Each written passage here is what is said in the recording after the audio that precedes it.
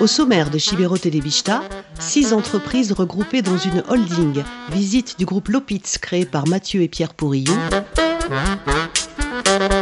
rencontre avec 2 jeunes soudetins qui rentrent du mythique 4L Trophy, enfin l'incroyable découverte, un souterrain qui mène du château fort au château de Maïti à Mauléon.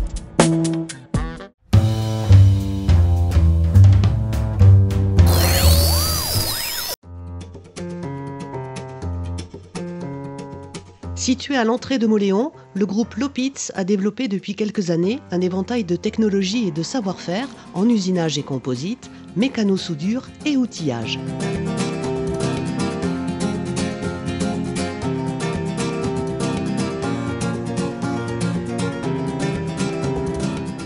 Créé en 2002, le groupe Lopitz est l'émanation de la société SPI Aero que nous avons créée avec Mathieu dans le domaine du traitement de surface, puisque lui et moi étions dans une recherche d'emploi, Mathieu pour un premier emploi et moi-même pour une étape de ma vie qui faisait que j'avais du temps à cette époque-là. Donc nous avons créé la société SPI Aero. Cette société, implantée dans un premier temps à Alos, est venue s'implanter sur Mauléon. Nous avons donc aujourd'hui 6 sociétés sur le groupe ici. Par des différentes acquisitions, nous travaillons sur 8000 mètres carrés dans le domaine de l'aviation, de la pétrochimie, et nous travaillons aussi dans la partie électronique.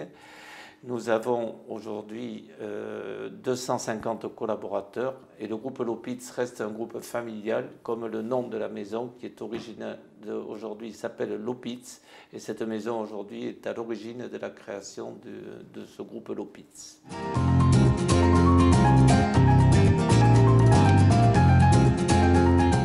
Equielec a intégré le groupe en 2013. Nous sommes actuellement 7 salariés, donc nous sommes dans la fabrication de cartes électriques et électroniques. Voilà. Donc l'électronique, ça comprend toutes les cartes qu'on peut trouver dans tous les appareils ménagers ou pour l'industrie. Grâce au groupe, nous avons pu investir dans des machines plus performantes et plus compétitives. Donc, grâce à ça, donc, on a de nouveaux marchés. Nos réalisations des prestations complètes, donc ça va des achats jusqu'à le test, la fabrication, le test, l'intégration. Donc on fabrique tout de A à Z, donc de l'achat des composants jusqu'à l'intégration des produits finis pour les clients. Je travaille aussi pour Telerat, donc eux ils sont spécialisés dans tout ce qui est tour de contrôle pour l'aviation civile et militaire. Donc on leur fait des cartes, on leur fait aussi des composants. Un client qui a inventé un système de balance pour les ruches, interrogeable à distance. Et alors, ça lui permet de savoir à n'importe quel moment la ruche, s'il faut y aller ou pas. Donc, ça permet d'optimiser les va-et-vient. Donc, voilà, dès que la ruche, le poids de la ruche est correct, donc il se déplace et il va collecter son miel. Nos clients nous disent souvent qu'on est au bout du monde. Et là, on leur prouve que non, que grâce à notre réactivité, tout est possible et que voilà, la distance n'a pas d'importance. Je suis monteuse câbleuse, qu'on appelle. Monteuse, c'est câbler tout ce qui est carte, mettre les composants, les poser, les souder. Et câbleuse, c'est un peu ce genre de produit que je fais. Voilà. On met des fils, on rajoute des composants. Voilà. Et ça, justement, c'est pour Monsieur Arnaud, le client, par rapport aux ruches. Ordin, Chibero guziek hau ezagutzen bizi balin ba. Eta ordin, zien oldarkinentako da, guk karta eginik, muntatuk, sudatuk. Eta ez palimada beti untsai, ez dela gure kauza, hebentik untsa begistatuk juiten dela dena. Beraz, ertek industria enpresan estudiatzen eta ekoizten ditugu industriarentzat produktuak. Beraz, gure produktu nagusiak odietan diren emariak edo isuriak neurtzen dituzte. Beraz, industria munduan atxemaiten diren odi batzuetan, izaiten aldira likidoentzat, gasentzat edo vaporeentzat. Klienta nagusiak Frantzian ditugu, baina gero gure piezak mundu osoan instalatzen dituzte haien lantegietan. Beraz, estudio burego bat badugu 3 pertsonekin nun klienten galderak errezibitzen ditugun eta eskaintzak egiten klientek. Estudioak egiten ditugu, planoak marrazten, kalkuluak egiten. Eta harremanetan gira ere gure hornitzaileekin behar ditugun produktuen eta lehen gaien erosteko. Prestatzen dugu gero lana atelierrentzat eta atelier mekanikoa dugu, beraz mekanizazioa egiten dute gure piezen hastapenetik bururaino ekoizteko. Tornadoreak, fresadoreak baitugu, numerikoak eta konbentzionalak. Piezak ekoizten dira, kontrolatzen ditugu, gero finitzeko markatzen, garbitzen eta prestatzen bidaltzeko gure klienter. Orotara 15 langile gira gaurko egunean eta esperantza dugu ondoko urteetan oraindik handitzea. SPIE Aero, c'est une société de traitement de surface. Nous travaillons dans le secteur aéronautique et nous traitons des pièces pour des clients qui sont dans toute la France. Donc nous avons développé cette société en intégrant l'ensemble des prestations sur un même site.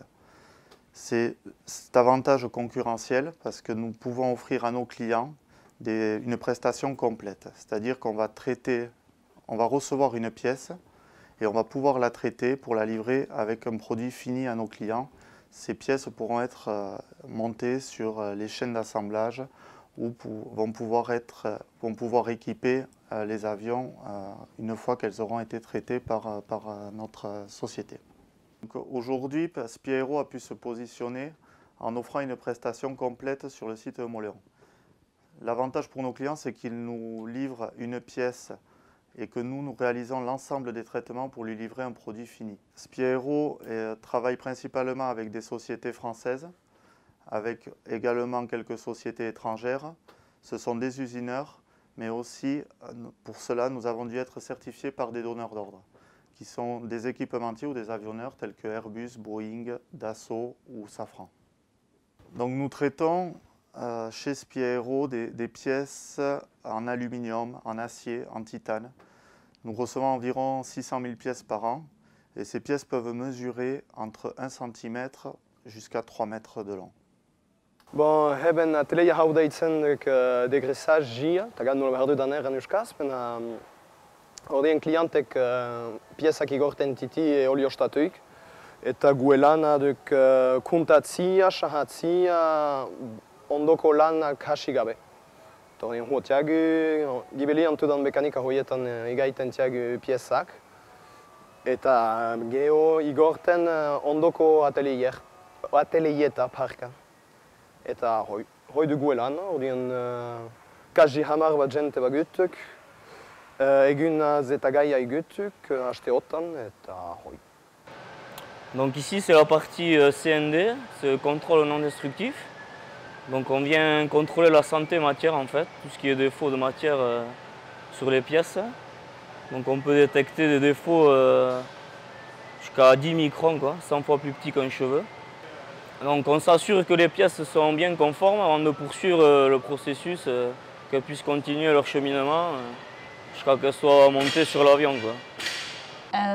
Ordin waie piezak heltu ondun, manu kimiko manu zunbaitetan egaiten tutugu, helbuia delaik, asalaen amini bat indartzia, kambiatzia, segurtatzeko luzaz ibilten alkotiela pieza hauek egazkinetan, erdoliatu gabe. Ici, dans ce labo, on applique en fait la peinture. C'est pour, on applique 2 couches de peinture. Donc la première, ça sert à couvrir contre la corrosion, à éviter la corrosion.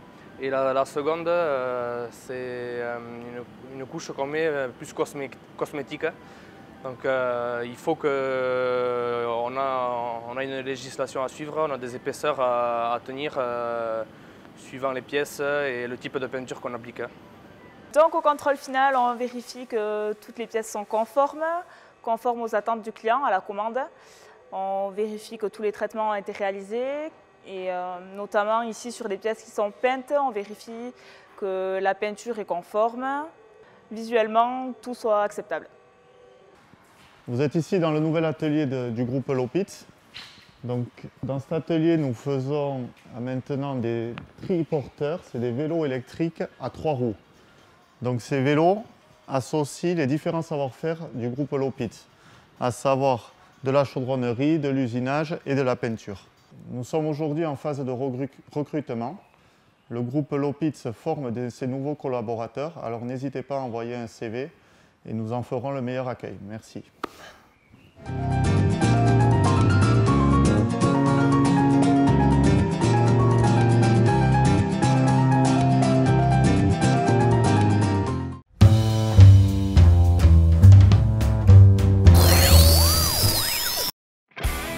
Après un raid de 6000 km à travers l'Espagne, le Maroc et jusqu'aux dunes du Sahara, deux amis d'enfance nous racontent leur aventure.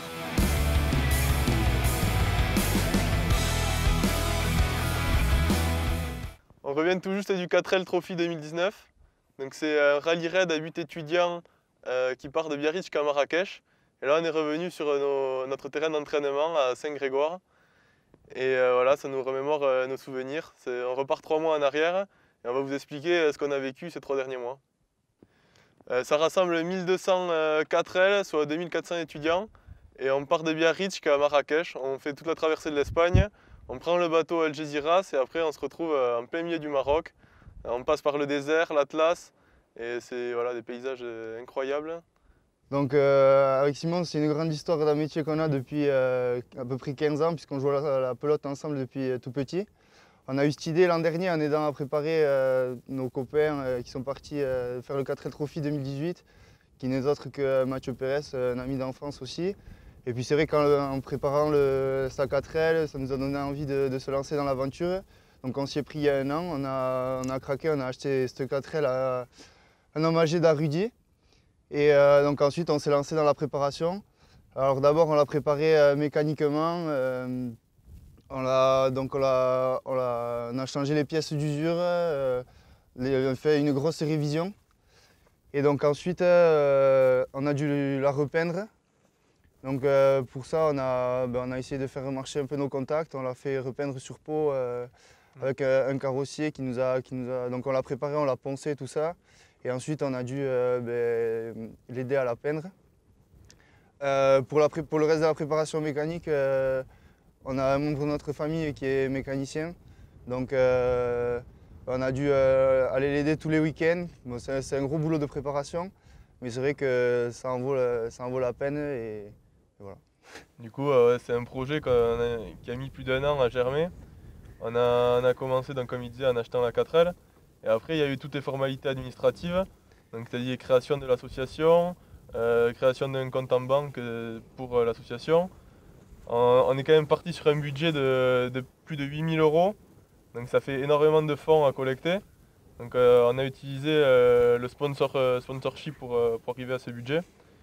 Et au final, on a réussi à le boucler tout juste, mais dans les temps, donc c'était parfait, d'autant que c'était pas facile, on n'était pas forcément sur Moléon tout le temps. On a eu beaucoup de soutien de la part de nos parents, mais aussi des locaux. On a des entreprises qui n'ont pas hésité à nous aider. Et au dernier moment, on a eu un petit coup de pouce providentiel par des contacts de Moléonais et puis la mère de Laurent qui connaissait une amie d'enfance qui a pu l'aiguiller sur une banque en Suisse qui nous a donné un gros coup de pouce et qui nous a aidé à clôturer le budget.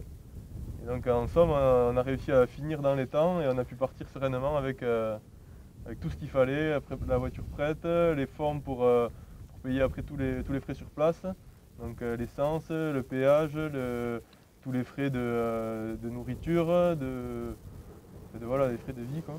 Ouais, on peut dire que c'est une vraie aventure qu'on a vécue parce qu'on a vu des paysages magnifiques, hyper variés. On a d'abord traversé l'Espagne, après on est arrivé au Maroc, donc là c'était vachement dépaysant. On est monté dans les montagnes de l'Atlas et après on est arrivé dans les dunes de Merzouga, donc des dunes oranges magnifiques comme on s'imagine là. Et donc du coup il nous est quand même arrivé quelques épopées, ça s'est pas fait sans rien. On a passé un paquet de temps à essayer de désensabler la 4L, à la pousser aussi, à aider les autres qui s'embourbaient à leur tour. À un moment on s'est perdu aussi à la frontière de l'Algérie. On avait voulu couper la route pour gagner du temps et puis ça n'a pas été une bonne idée. On s'est retrouvés pendant 2 heures à essayer de pousser, désensabler la voiture. Et au final, on s'est résolu à appeler l'assistance parce qu'on n'avait vraiment plus d'options, on était paumés complet. Et voilà. Et après, bon, ce qu'on retient surtout, c'est l'ambiance sur les bivouacs. On retrouve 2400 étudiants. Donc là, le soir, c'est vrai qu'il vous a parlé des aventures de la journée, mais il y a les aventures de la nuit aussi. Donc le soir, on se retrouvait tous autour d'un verre, à manger tous ensemble, puisque les journées étaient éprouvantes. Il fallait décompresser et donc passer à autre chose. Bon, il y avait le sable la journée, les aventures fatigantes, les ensablages, tout ça. Et le soir, il y avait la température. Alors dans la tente, c'est vrai qu'il faisait -5, aux alentours de -5, -10. Donc c'est vrai que ça aussi, c'est pas facile. Puis le matin, on se levait vers 6 h pour partir à 7 h, puisqu'il fallait ranger toutes les affaires, donc la tente, les affaires pour manger, la table, tout ça. Donc tous les soirs, tous les matins, il y avait encore du boulot, ça n'en finissait pas. Mais c'est vrai qu'après, pour l'ambiance qu'il y a et les soirées qu'on a passées, après ça vaut largement le coup. Tous les soirs, c'était stand mécanique, hein, parce que toute la journée, la voiture, elle prend des pètes sans arrêt. Et donc le soir, il y a tout le temps des petits ajustements, du nettoyage, des remplacements de pièces. Il faut aller aider certains qui ont fracassé des rotules, des amortisseurs. Donc c'est quand même un bel esprit d'entraide et c'est des souvenirs incroyables qu'on a. Ouais, donc alors dans le désert, pour s'orienter, on avait un roadbook, donc qui est autre qu'un livre avec toutes les orientations à prendre, donc des caps et une boussole qui nous permettait de nous diriger et de nous aider à naviguer dans le désert, puisque dans le désert, il n'y a aucun repère, mis à part un arbre par-ci par-là et quelques cailloux. Donc on a dû se débrouiller à la boussole. Comme a dit Simon, on a eu quelques péripéties à cause de ça, puisqu'on n'est pas forcément expert du domaine. Mais c'est vrai qu'on s'en est quand même pas trop mal sorti. Après, donc à peu près sur une étape de 100 km, tous les 20 km, on a l'organisation, enfin on doit checker avec l'organisation qu'on est bien passé. Comme ça, ils vérifient que tout le monde est sur le droit chemin et est en passe d'arriver à la fin de chaque étape. Ouais, après, ce qui est sûr, c'est qu'on est quand même super bien encadré. Hein. On ne peut pas se perdre dans le désert et mourir de soif. Hein. De toute manière, il y a toute une organisation qui est hyper complète et hyper compétente. Donc nous, on est avec notre boussole, on essaye de se débrouiller comme ça. Mais dans le pire des cas, il y a une balise GPS qui nous suit et on est sûr d'arriver à bon port quoi qu'il arrive. Ça nous a aussi permis de vraiment développer des valeurs d'entraide et de solidarité. Parce qu'il y a des moments, pendant des heures, on est tout seul dans le désert. Et du coup, on se retrouve à 4-5 4L, il faut se débrouiller. Et là, on pousse les 4L qui s'ensablent. On partage un petit paquet de pâtes à 4 ou 5, on fait sur un réchaud cuire à tomate. Et au final, voilà, ça a vraiment développé de vraies valeurs. Et surtout, on incite tout le monde, tous les jeunes qui ont entre 18 et 28 ans à y aller parce que nous, ça a gravé des souvenirs incroyables. Donc on voudrait aussi surtout remercier tous nos sponsors, les locaux qui n'ont pas hésité à nous aider. Le logiciel de Banque Suisse qui nous a bien aidé aussi dans le financement, nos parents et proches qui ont vraiment donné de leur temps et qui ont mouillé la chemise pour nous soutenir. Ouais, franchement, sans eux, je pense qu'on n'y serait pas arrivé parce qu'on n'était pas forcément sur place et c'est quand même un gros projet. Il y a la gestion de projet, il faut gérer plusieurs trucs en même temps. Et ça en vaut vraiment le coup, mais il faut quand même être bien encadré, bien entouré. Mais super expérience en tout cas, il n'y a pas à dire.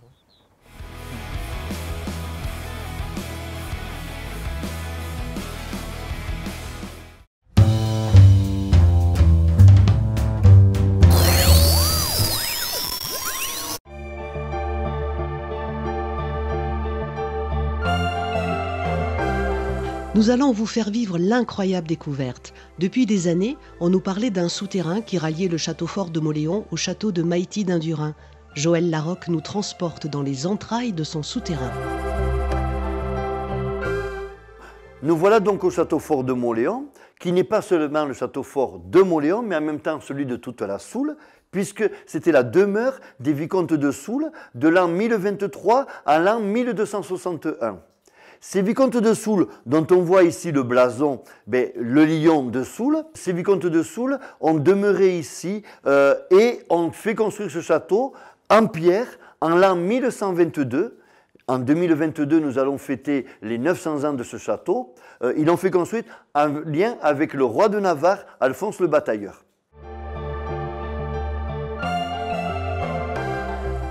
Nous sommes ici dans une des pièces du château. Les pièces du château qui, évidemment, dans lesquelles a vécu une famille, la famille Iribarren, avec Picha Iribarren, personnage assez mythologique de Mauléon, puisque d'ailleurs, vous pouvez le trouver au monument aux morts, où il a servi de modèle à l'enfant quand Gabar a imaginé de représenter ce monument aux morts. Ce Picha a vécu ici au lendemain de la Seconde Guerre mondiale et c'était lui qui faisait visiter le château et qui avait beaucoup de discours, notamment un discours sur les vues du château, les vues panoramiques. Alors à la fois qu'on pouvait voir jusqu'à la muraille de Chine ou même jusqu'au phare de Biarritz, mais aussi de réveiller l'imaginaire des gens en parlant des oubliettes et des souterrains. Les oubliettes étant des prisons, les souterrains étant plutôt des sorties pour évacuer quand le château était pris, que les assiégés puissent échapper. Dans ce château de Mauléon, il y a différents types de bâtiments souterrains. C'est à la fois les oubliettes et les cachots, qui eux sont des prisons où évidemment on ne peut pas s'échapper. Donc là, il n'y a pas de sortie. Et ici, vous êtes dans le cul de basse-fosse du château, qui a connu comme plus célèbre prisonnier Matalas. Matalas qui en 1661 a vécu 1 mois de prison ici, avant d'être sorti pieds et poings liés jusqu'à la Croix-Blanche où il sera décapité. Donc là, évidemment, c'est un des endroits les plus horribles du château, même si des enfants qui le visitent ont envie de vivre la vie de prisonnier ici.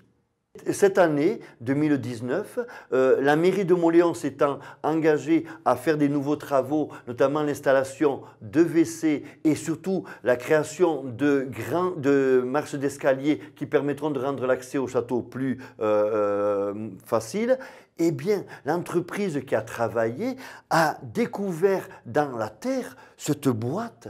Et dans cette boîte, on y a trouvé des documents anciens. Vous les voyez ici en une écriture très ancienne du XVIIe siècle, qui sont tout simplement le rapport d'un architecte des bâtiments royaux venu au château fort de Mauléon et essayant de retrouver la trace des souterrains qui permettaient d'évacuer le château.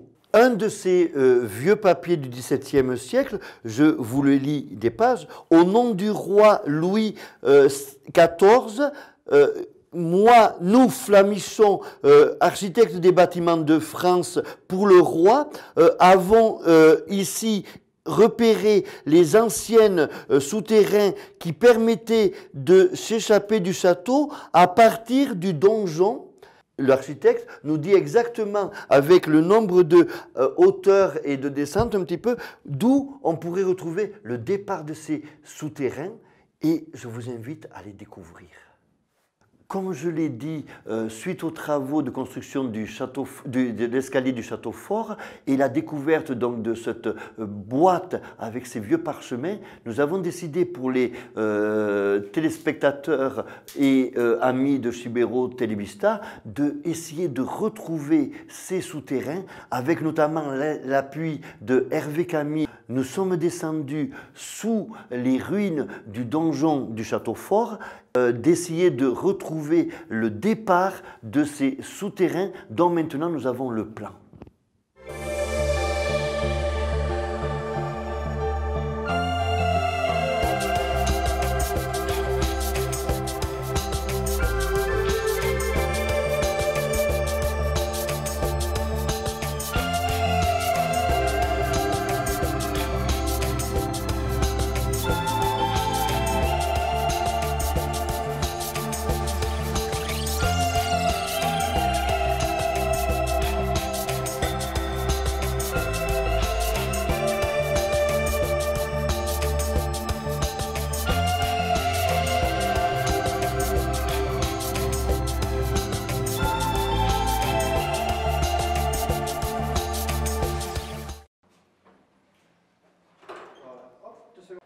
monsieur de Fabrègue. Bonjour, monsieur Jorel. Comment allez-vous? Très bien. Et surtout encore mieux, j'apprends que finalement le souterrain partant du château fort de Mauléon arriverait donc sous le Gave, le vieux pont, et arriverait dans le domaine qui s'appelait Maïti. C'est vraiment une histoire très bizarre. Ah ben oui. Et donc, on vient d'envoyer donc Hervé Camille, notre spéléologue, et donc il ne devrait pas tarder à arriver, d'après notre plan, évidemment, sous le domaine de Maïti. Oh, mais c'est quelque chose d'extraordinaire. J'entends un certain nombre de bruits sourds depuis quelque temps. Et je commençais à m'inquiéter de savoir ce qui se passait sous cette maison. Après beaucoup de péripéties survenues dans le souterrain, il aura fallu une après-midi à Hervé Camille pour rejoindre l'intérieur du château de Maïti, à la grande surprise de son propriétaire. Pour des raisons de sécurité, les entrées ont été condamnées, en attendant une expertise des autorités concernées pour une éventuelle ouverture au public. Depuis des années qu'on entend parler de ce fameux souterrain, qu'en pensez-vous? Ah, vous avez totalement raison, monsieur de Fabrègue. Et aujourd'hui, on a bien la preuve que les légendes que donnait Pitcha de ce château fort, il y avait bien communication entre les deux demeures, aussi bien seigneuriales du château fort que épiscopales de Maïtila. Aujourd'hui, l'histoire est rétablie. Heureuse aventure. Belle aventure.